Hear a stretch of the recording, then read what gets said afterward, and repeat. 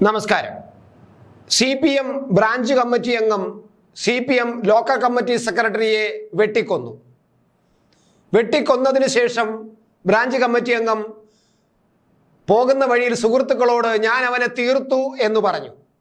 അതിനുശേഷം അയാൾ പോലീസ് സ്റ്റേഷനിൽ ചെന്ന് കീഴടങ്ങി. ഇത് ഇന്നത്തെ പ്രധാനപ്പെട്ട വാർത്തകളിൽ ഇടം നേടിയ ഒരു പ്രധാന വാർത്തയാണ്. ഇതിലെന്ത് കാര്യമിരിക്കുന്നു എന്ന് ചോദിച്ചേക്കാം. കാരണം വ്യക്തിവൈരാഗ്യമാണ് ഇതിന് പിന്നിലെന്ന് പോലീസ് ആദ്യമേ തന്നെ പറഞ്ഞു കഴിഞ്ഞിരിക്കുന്നു. അപ്പോൾ ഇതിനെന്താണ് വാർത്താ പ്രാധാന്യം?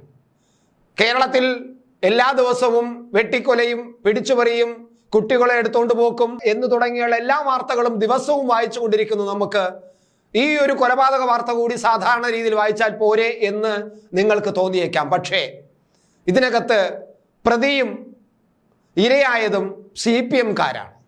എന്തുകൊണ്ട്? അവിടെയാണ് പ്രധാനം. കേരളത്തിൽ രാഷ്ട്രീയ കൊലപാതകങ്ങളുടെ എപ്പോഴും ഒരു വശത്ത് നിൽക്കുന്നത് CPM എന്ന പ്രസ്ഥാനം തന്നെയാണ്.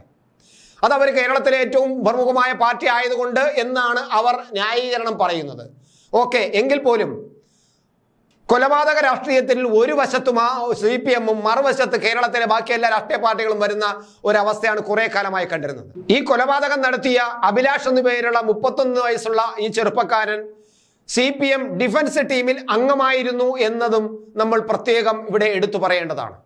അപ്പോൾ CPM കുറെ കാലം കുറെ ഡിഫൻസ് ടീമുകളെ ഉണ്ടാക്കിയിരുന്നു അവരുടെ രാഷ്ട്രീയ പ്രതിയോഗികളെ എതിർക്കാൻ, എതിർ ശബ്ദം പുറപ്പെടുവിക്കുന്നവരെ അടിച്ചമർത്താൻ, ഭീഷണിപ്പെടുത്താൻ. മാത്രമല്ല, ഈ ചെറുപ്പക്കാരൻ നഗരസഭയിലെ മുൻ ചെയർമാന്റെ ഡ്രൈവറുമായിരുന്നു. ഇപ്പോഴും അയാൾ നഗരസഭയിലെ ഡ്രൈവറാണ് എന്നാണ് പറയുന്നത്. അപ്പോൾ CPM-ന്റെ പിന്തുണ ഇല്ലാതെ ഇദ്ദേഹത്തിന് ഇപ്പോഴും നഗരസഭയിൽ ഡ്രൈവറായി തുടരാൻ കഴിയില്ല. അപ്പോൾ CPM നേതാക്കളുമായിട്ട് ഇപ്പോഴും നല്ല ബന്ധമുണ്ട്. CPM-ന്റെ ഡിഫൻസ് ടീമിൽ അംഗമാണ്.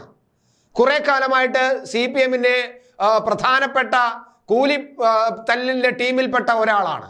ഇപ്പോൾ വരുന്ന വിവരങ്ങൾ അനുസരിച്ച് ഈ കൊല്ലപ്പെട്ട PV സത്യനാഥൻ എന്ന് പറയുന്ന ലോക്കൽ കമ്മിറ്റി സെക്രട്ടറി 66 വയസ്സുണ്ട്.